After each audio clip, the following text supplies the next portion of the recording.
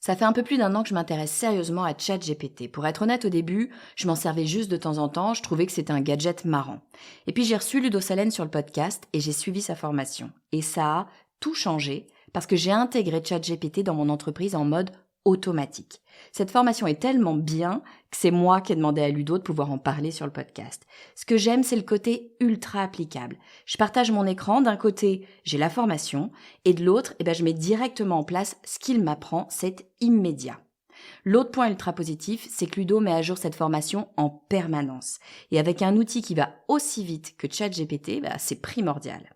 Cette semaine, Ludo Salen est le partenaire du podcast du marketing et mon petit doigt me dit que sa formation est en promotion pour quelques jours. C'est le moment d'en profiter, elle est à 99 € au lieu de 399 sur lepodcastdumarketing.com/Ludo. Vous écoutez le podcast du marketing, épisode 235.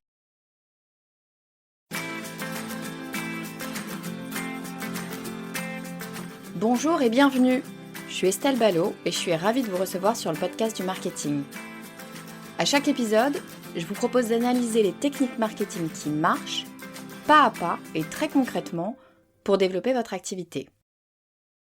Plus j'évolue dans le milieu de l'entrepreneuriat, plus je réalise que ce que l'on nous montre, c'est qu'un écran de fumée. En fait, c'est toute notre représentation de l'entrepreneuriat qui est fantasmée et, à mon sens, très très loin de la réalité. Alors, fantasmer les choses, ça peut être très positif, ça peut être inspirant, ça peut être motivant. Le problème, c'est quand le fantasme est tellement loin de la réalité qu'il nous fait croire qu'on a échoué. Et c'est exactement ce qu'il se passe dans le milieu de l'entrepreneuriat. Les dés sont pipés. La représentation que l'on a de l'entrepreneuriat n'est pas en ligne avec ce que l'on vit quand on entreprend. Alors, je prétends évidemment pas tout savoir sur la création d'entreprise, je suis pas sociologue, je suis pas non plus psychologue, mais je réfléchis beaucoup au sens du travail, à la raison d'être de mon activité, à ce que j'en retire, à ce que je voudrais en retirer, et je voudrais partager ma vision avec vous. L'idée, c'est pas de vous dire ce qu'est l'entrepreneuriat, je suis pas sûre d'ailleurs qu'il y ait une bonne définition, mais je voudrais mettre le doigt sur les incohérences qui se sont construites dans nos têtes et qui font souvent plus de mal à nos entreprises que de bien. Bon, ça paraît très philosophique tout ça, mais restez avec moi, ce dont je parle, c'est d'entrepreneuriat et de réussite, et je pense qu'on est nombreux à se planter. D'abord, la première chose, c'est de se poser la question sur notre représentation sociétale de ce qu'est une entreprise. Et déjà, quand on part de là, il y a une ambivalence. Quand on vous parle d'entrepreneur, vous imaginez d'un côté le chef d'entreprise, qui souvent est vu comme un anti, c'est le patron, c'est un peu le bourgeois. Et puis de l'autre côté, il y a cette petite phrase qu'on nous a dit depuis toujours, qui est qu'une entreprise sur 2 ne passe pas les 5 ans. Donc en gros, si vous entreprenez, il y a de bonnes chances que vous vous plantiez. Donc soit on est ce salaud de patron, soit on est ce loser qui va se planter. Ça démarre quand même plutôt assez mal. Après, si on regarde ce que nous disent les réseaux sociaux, parce que oui, on va pas se leurrer quand même, on est beaucoup sur les réseaux sociaux, LinkedIn, Instagram, TikTok, ce que vous voulez, peu importe. Quand on regarde l'entrepreneuriat par le prisme des réseaux sociaux, ce qu'on nous dit, c'est entreprendre, c'est croître, croître, croître. Croissance, croissance, croissance. Et ça, c'est un petit peu, la norme. La norme, c'est de faire grossir son entreprise le plus vite et le plus fort possible. Et si t'es bon, c'est parce que t'as des croissances à 2 chiffres. Qu'est-ce que ça donne ? Ça donne des comparaisons totalement injustifiées, c'est-à-dire que on regarde ce que font les autres et on se dit moi c'est pas ça, j'y arrive pas. Oui, mais bon, on n'a pas la même entreprise, on travaille pas dans le même secteur et on n'a pas les mêmes contraintes, donc de fait les comparaisons ne sont pas comparables. Donc ça ne fonctionne pas. Et deuxièmement, bien souvent, on nous parle de croissance au travers de chiffres d'affaires. Or, les chiffres d'affaires, désolé, mais ça marche pas. Un chiffre d'affaires, ça ne veut absolument rien dire. Ce qui est intéressant de regarder, c'est la marge ou voir le revenu qui tombe dans la poche de l'entrepreneur in fine. Et ça, c'est quand même beaucoup, beaucoup plus difficile à avoir. Donc, ça ne marche pas. Et puis le troisième prisme qu'on a sur les réseaux sociaux, c'est que quand on voit ces gens qui réussissent super bien, qui ont des croissances de dingue, pardon, mais très bien pour eux, hein, sauf que c'est pas la norme. Ce sont des faits exceptionnels. Quand on a des gens qui ont des croissances folles, qui viennent de démarrer, qui ont une visibilité de dingue et un chiffre d'affaires / un revenu exceptionnel, pardon, ça n'est pas la norme, ce sont des faits exceptionnels. Donc, il ne sert à rien de se comparer par rapport à eux. On peut se comparer si on en a envie, hein, mais il faut avoir en tête que ça n'est pas la norme. Donc attention, la réussite, c'est pas forcément de la croissance pour de la croissance pour de la croissance. C'est pas forcément afficher des revenus de dingue sur les réseaux sociaux ou ailleurs. Ça peut être beaucoup plus simple que ça. Et surtout, c'est pas la norme. En fait, le problème, il vient du fait que, on nous dit que pour qu'une entreprise soit en bonne santé, il faut rechercher la croissance. Ce fameux mot croissance, pour moi, c'est un véritable souci parce que, il implique croissance d'un point de vue chiffre d'affaires. Il faut toujours aller chercher plus de chiffres d'une année sur l'autre. Et il implique aussi croissance au niveau de la taille de l'entreprise. En gros, on nous dit, il faut que tu embauches si tu veux passer au niveau supérieur. Il faut que tu aies des employés, que tu travailles avec une équipe et que tu passes au management. Le problème, c'est que ça n'est pas vrai. Pourquoi ça n'est pas vrai ?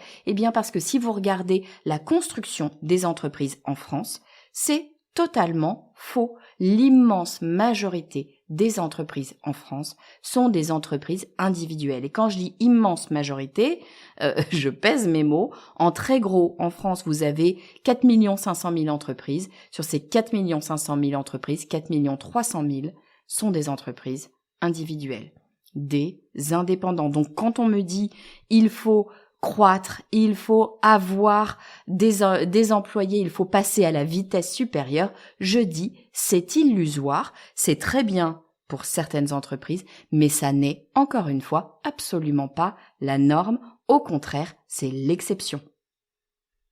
Alors vous allez peut-être me dire, oui, non mais attends Estelle, c'est pas l'exception, c'est juste que ceux qui restent indépendants, c'est peut-être qu'ils n'ont pas réussi à faire croître leur entreprise, c'est peut-être qu'ils aimeraient bien pouvoir avoir des équipes, embaucher du monde, etc., mais qu'en fait, ils n'y arrivent pas. Bon, encore une fois, pardon, je suis allée voir. Je suis allée vérifier et ça n'est pas vrai. Il y a une étude, une enquête qui a été menée par Tool Advisor et qui montre que les travailleurs indépendants, ils se disent satisfaits de leur statut. Ils sont 75% à dire que ils sont très contents de leur niveau de liberté, de leur capacité à organiser leur emploi du temps, qu'en gros, ça leur convient très bien comme ça.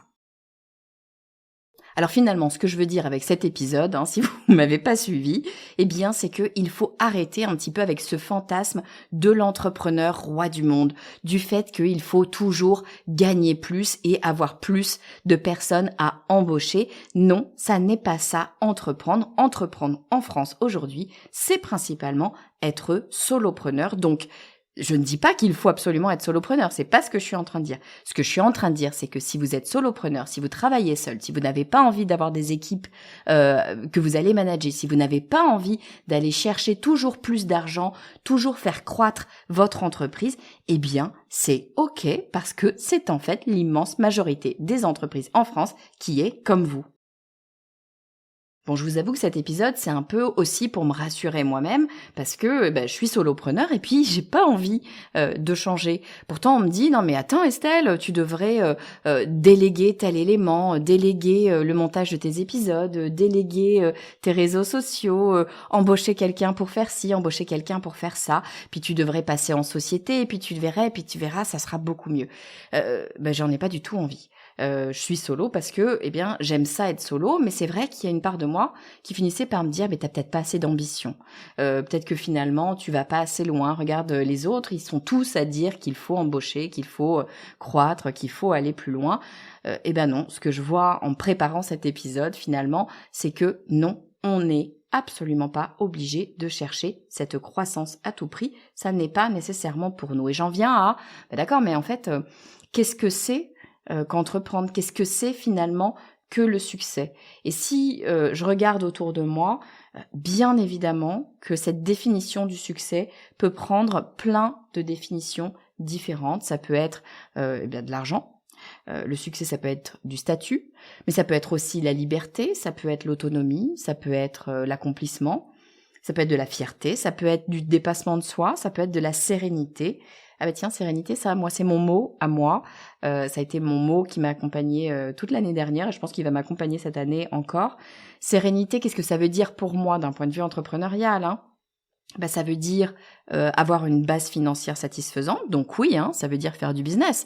Je suis pas du tout en train de dire que il faut pas travailler ou que ça doit être juste du plaisir. Non, non, hein, clairement, pour avoir de la sérénité, il faut gagner suffisamment. Après, le suffisamment, il est très subjectif pour chaque personne, mais en tout cas, avoir une base financière qui est satisfaisante pour moi et pour ma façon de vivre.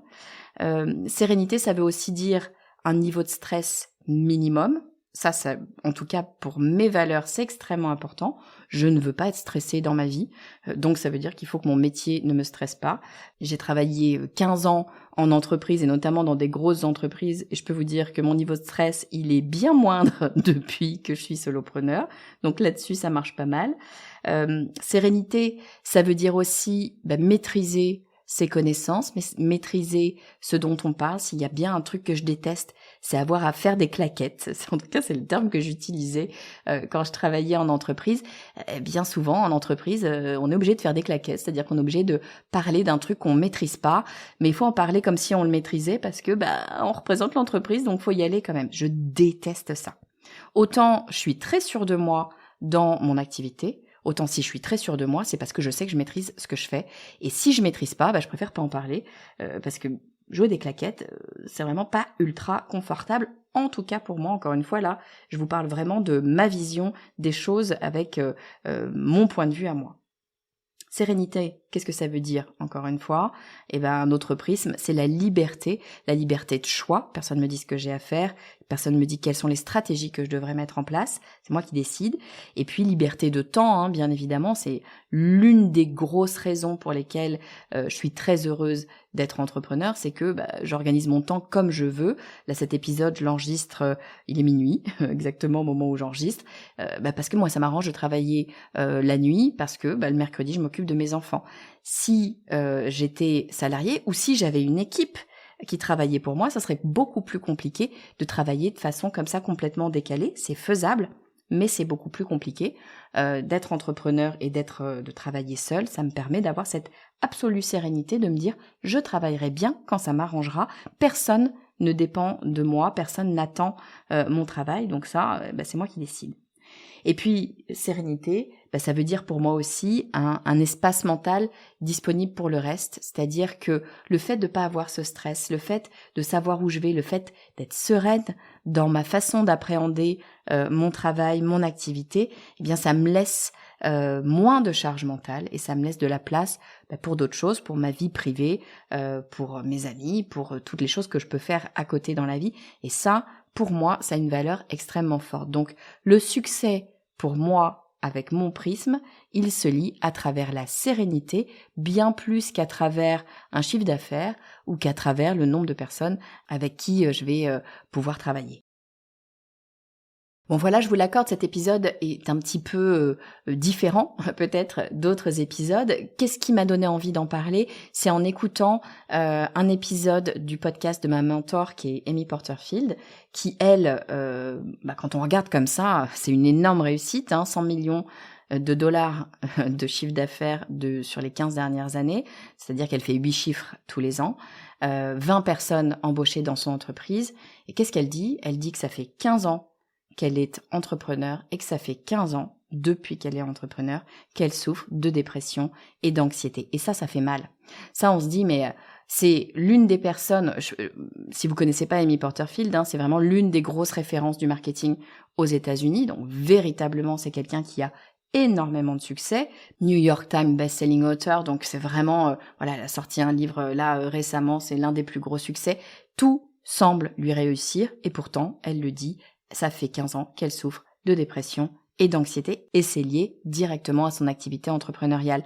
Donc ça me fait dire que, attention, il est absolument primordial lorsque l'on est entrepreneur de se poser la question de pourquoi est-ce que je travaille, comment est-ce que je travaille, comment est-ce que je veux travailler et ce qui définit le succès pour moi. Et attention, le succès n'est pas nécessairement ce que la société ou ce que les réseaux sociaux ou ce que nos pairs peuvent nous renvoyer. Le succès est protéiforme. Il peut être en chiffre d'affaires, il peut être en nombre d'employés, mais il peut être aussi beaucoup de choses différentes. Pour moi, le succès, c'est la sérénité. Pour vous, c'est probablement autre chose. Mais ce que j'espère induire avec cet épisode de podcast, c'est que vous vous posiez la question de quelle est la définition de votre succès.